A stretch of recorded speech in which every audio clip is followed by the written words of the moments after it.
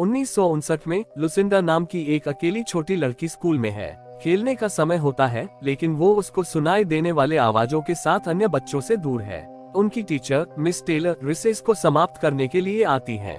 उसे लुसिंडा को अलग से बुलाना पड़ा क्योंकि उसका ध्यान नहीं था। टीचर क्लास में आने के बाद वो उन्हें याद दिलाती है कि कल स्कूल का उद्घाटन दिन है। वो उन्हें बताती है कि स्कूल एक कंपटीशन के साथ अपने उद्घाटन को सेलिब्रेट करेगा। स्टूडेंट भविष्य में क्या होगा, इसका चित्र बनाते हैं। लुसिंडा एम्ब्री को छोड़कर बच्चे उत्साहित हैं और अलग अलग चीजें बनाना शुरू करते हैं। लुसिंडा अपना पेपर ढेर सारे नंबर के साथ भरने लगती है। वो उसको सुनाई देने वाली आवाजों से इसे मिले हैं। इससे पहले कि वो लास्ट नंबर लिखे, कंपटीशन का समय समाप्त हो जाता है। मिस टेलर स्टूडेंट के चित्र एकत्र करती हैं। सभी पेपर 50 साल बाद खोले जाने वाले टाइम कैप्सूल में रखे जाते हैं। अगले दिन विलियम डाविस एलिमेंट्री स्कूल के उद्घाटन पर प्रिंसिपल ने सभी का स्वागत किया। टाइम कैप्सूल को दफनाने की घोषणा की। अब से 50 साल बाद उनके बच्चे इस कैप्सूल को खो देंगे। टाइम कैप्सूल के दफन होने के बाद मिस टेलर ने नोटिस किया कि लुसिंडा जहां थी वहां से चली गई है। कर्मचारी उसको पुकारने लगते हैं। स्कूल में उसकी तलाश होती है। मिस टेलर एक सीढ़ी से नीचे जाती है और दरवाजे के पीछे कुछ शोर सुनती है। दरवाजा खोलने पर वो डरी हुई लुसिंडा को अपने हाथों पर खून से लथपथ देखती है। दरवाजे पर उसने अपनी उंगलियों से कुछ नंबर लिखे थे। ये बचे हुए नंबर है जिसे वो पेपर पर लिखने वाली थी। वो बहुत डरी हुई लग रही थी और टीचर से उसे सुनाई देने वाली आवाजों को बंद करने के लिए कहती है। 50 साल बाद एक खगोल साइंटिस्ट जॉन को अपनी पत्नी को खोने के बाद अपने डिप्रेशन को नियंत्रित करने में कठिनाई होती है। पत्नी के मौत के बाद उसे जीवन में कोई इंटरेस्ट नहीं रहा। उनका एक बेटा कालेब भी है, वो भी सदमे से गुजर रहा है। अगली सुबह कालेब के स्कूल में प्रिंसिपल ने 50 साल पुरानी टाइम कैप्सूल निकलने की घोषणा की। वो टाइम कैप्सूल जिसे 50 साल पहले दफनाया गया था। वो सम्मान करने के लिए 50 साल पहले की उसी टीचर मिस टेलर को बुलाते हैं। कैप्सूल खोला जाता है और प्रत्येक बच्चे को एक लिफाफा मिलता है। कालेब को लुसिंडा का लेटर मिलता है। लेटर खोलने पर वो कागज पर ड्राइंग के बजाय ढेर सारे नंबर होते हैं। कागज को घूरते हुए उसे भी अजीब सी आवाजें सुनाई देती है और स्कूल से दूर एक शैडो दिखता है। लेकिन जब वो दोबारा देखता है तो वो गायब हो जाती है। घर पर कालेब सोने के लिए एक दोस्त के यहाँ जाने की अनुमति मांगने जाता है। बात करते समय उसके पिता ने स्कूल के पेपर को नोटिस किया और उससे इसके बारे में पूछताछ की। उसे इसे घर नहीं लाना था। एक बार जब जॉन कालेब को बिस्तर पर रखता है तो वो खुद नंबर्स के बारे में उत्सुक होने लगता है। वो गलती से उसके ऊपर एक विस्की का ग्लास रख देता है और ये विशिष्ट नंबरों को घेरा बना देता है। वो एक व्हाइट बोर्ड पर संख्याओं का सेट डालता है और उसे जल्द ही उसे पता चलता है कि इसका मतलब 11 सितंबर 2001 है। निश्चित रूप से न्यूयॉर्क शहर में ट्विन टावर्स पर हमला है, जिसमें 2996 लोग मारे गए थे। इन नंबरों के साथ पूरी तरह से जुड़े हुए थे। उसे लगता है कि ये एक कोइंसिडेंस है। वो सभी नंबरों को व्हाइट बोर्ड पर लिखता है और आगे की जांच करता है। वो पता लगाता है कि सूची समान चीजों से भरी है। यहाँ पे बुरे हादसों की तिथियां, वर्ष और मौत के नंबर होते हैं। ये सभी 1959 के बाद से घटी घटनाओं का क्रम है। वो घटना के दिन के लिए लाल रंग का उपयोग करता है और मौत की गिनती के लिए नीले रंग का। लेकिन कुछ संख्याएं हैं जिनका वो अर्थ नहीं समझ सका।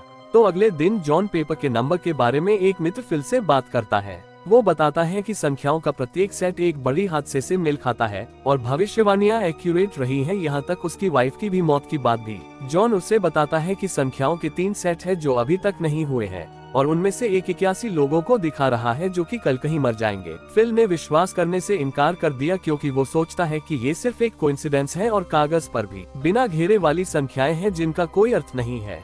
उसे शक है कि कोई जॉन के साथ मजाक कर रहा है। जॉन और अधिक विश्लेषण खोजना शुरू करता है। वो मिस टेलर के पास जाता है जो 1959 में लुसिंडा की स्कूल टीचर थी, जिसने टाइम कैप्सूल को दफनाया था। वो पेपर के असलियत को जानना चाहता है। मिस टेलर कहती है कि ये असली है और जॉन को कैप्सूल के दफनाने के बाद दरवाजे पर लुसिंडा ने नंबर लिखे और उसके आसपास की अजीब परिस्थितियों के बारे में भी बताती है। जॉन लुसिंडा से मिलने की इच्छा व्यक्त करता है, लेकिन पता चलता है कि कई साल पहले एक ड्रग ओवरडोज के कारण लुसिंडा का निधन हो गया था। घर पर फोन करने की कोशिश करते हुए वो कुछ अजीब लोगों को एक कार में आते हुए देखता है। कालेब कार के पास जाता है और अजनबी आदमी कालेब को बिना कुछ कहे एक पत्थर देता है। इसे जॉन डरता है। वो उसे अजनबियों से दूर रहने को कहता है, फिर उसे घर के अंदर भेज देता है। लुसिंडा की मौत के बारे में इंटरनेट पर खोज करते समय उसकी बहन ग्रेस उसे चौंका देती है। ग्रेस चाहती है कि जॉन अपने परिवार से मिलने आए क्योंकि उसने बहुत लंबे समय से अपने पिता से बात नहीं की है, लेकिन वो मना कर देता है। धार्मिक होने के कारण जॉन का अपने माता पिता के साथ खास जमता नहीं और जॉन एक नास्तिक है। अगले दिन कालेब को स्कूल से लेने के लिए जाता है, लेकिन रास्ते में वो ट्रैफिक में फंस जाता है। वो मार्ग बदलने का प्रयास करता है, लेकिन कोई दूसरा रास्ता नहीं मिलता है। अपने जीपीएस को देखते हुए उसे पता चलता है कि सूची में जिन संख्याओं को वो नहीं समझ सका था, वो वास्तव में उन सभी स्थानों के निर्देशांक हैं जहां दुर्घटना घटित होगी। पुलिस से बात करते हुए एक घटना घटी, एक हवाई जहाज जमीन पर गिर जाता है।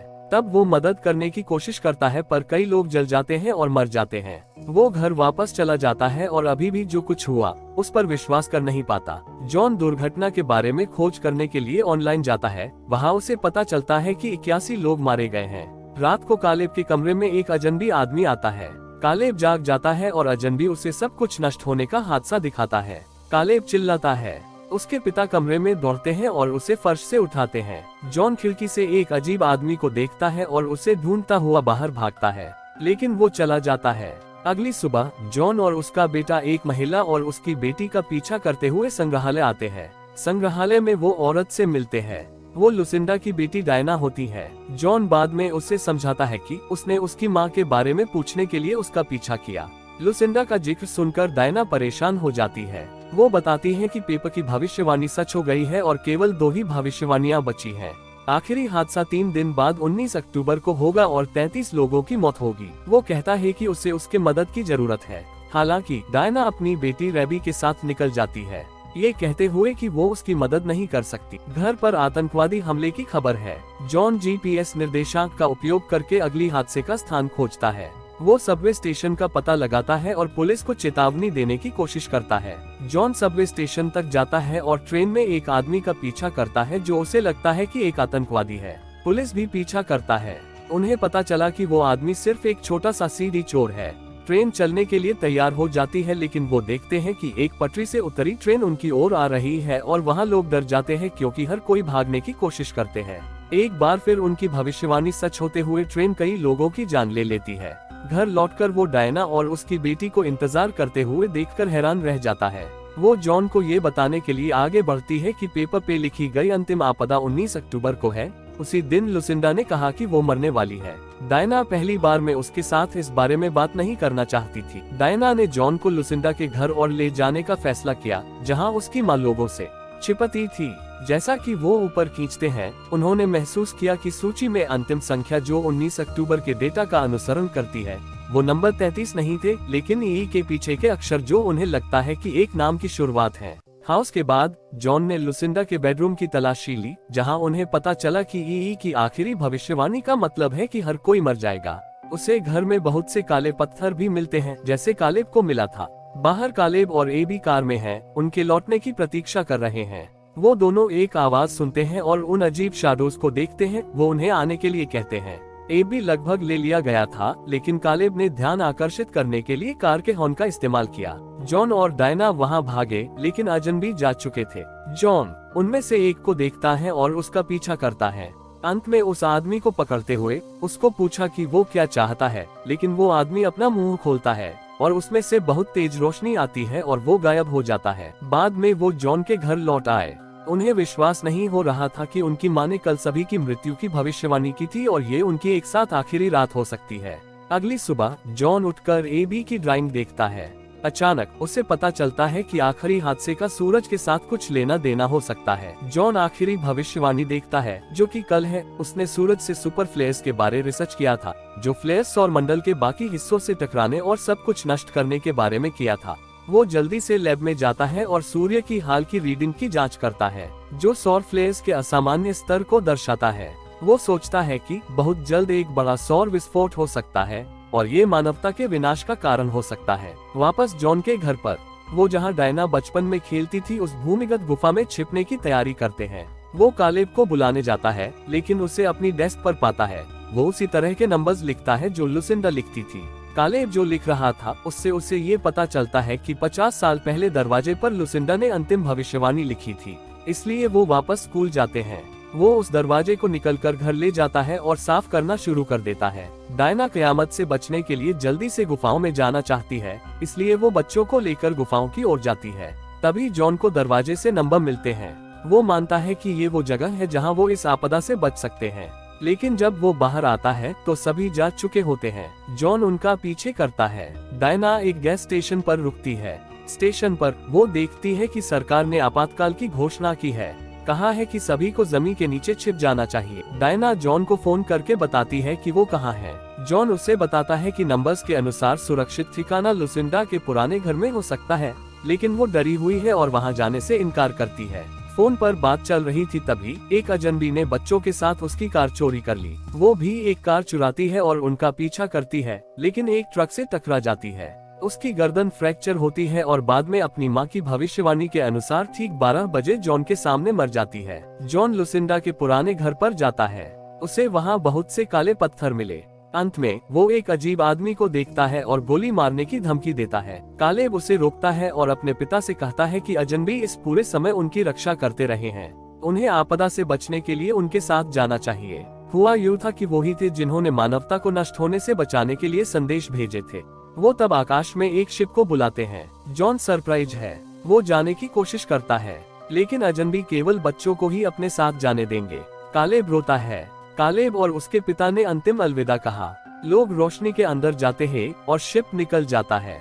ऊपर आकाश में ऐसे कई शिप्स पृथ्वी पर कई अन्य जगहों पर आए थे, वो भी जा रहे हैं। जॉन सुबह वहीं पे उठता है। वो शहर में अपने परिवार के पास जाता है। उसकी बहन उसे गले लगाकर मिलती है और वो बताता है कि कालेब सुरक्षित है। वो घर में जाकर अपने पिता के गले लगाता है, साथ ही उसकी माँ और उसकी बहन भी आती है। सूरज की आग सब कुछ नष्ट करने लगती है और उन्हें भी समेट लेती है। जैसे ही फिल्म समाप्त होती है, आग बच्चों को अलग अलग जगहों पर छोड़ देता है और चला जाता है। कालेब और एबी एक विशाल पेड़ की ओर मैदान से भागते हैं और नई जिंदगी की शुरुआत करते हैं। वीडियो को लाइक, शेयर और चैनल को सब्सक्राइब करना ना भूलें।